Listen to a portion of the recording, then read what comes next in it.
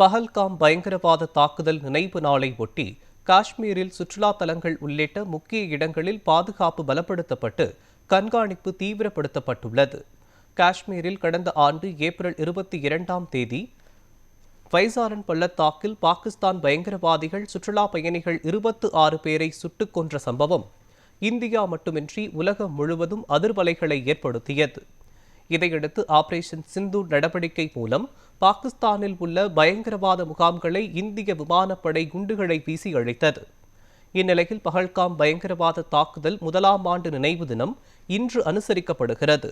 இதையொட்டி காஷ்மீரில் சுற்றுலா தலங்கள் உள்ளிட்ட முக்கிய இடங்களில் பாதுகாப்பு பலப்படுத்தப்பட்டு கண்காணிப்பு தீவிரப்படுத்தப்பட்டுள்ளது. இதனிடையே பஹல்காம் பயங்கரவாத தாக்குதல் நினைவு நாளை ஒட்டி இந்தியா எதையும் மறக்காது என்று இந்திய ராணுவம் சமூக வலைதளத்தில் பதிவிட்டுள்ளது. அதில் மனித நேயத்தின் எல்லைகள் மீறப்படும் போது இந்தியாவின் பதில் மிக தீவிரமாகவும் கடுமையானதாகவும் இருக்கும் என்றும் நீதி நிலைநாட்டப்பட்டது என்றும் தெரிவிக்கப்பட்டுள்ளது. இந்தியா ஒன்றுபட்டு நிற்கிறது என்றும் இந்திய ராணுவம் தனது சமூக வலைதள பதிவில் குறிப்பிட்டுள்ளது.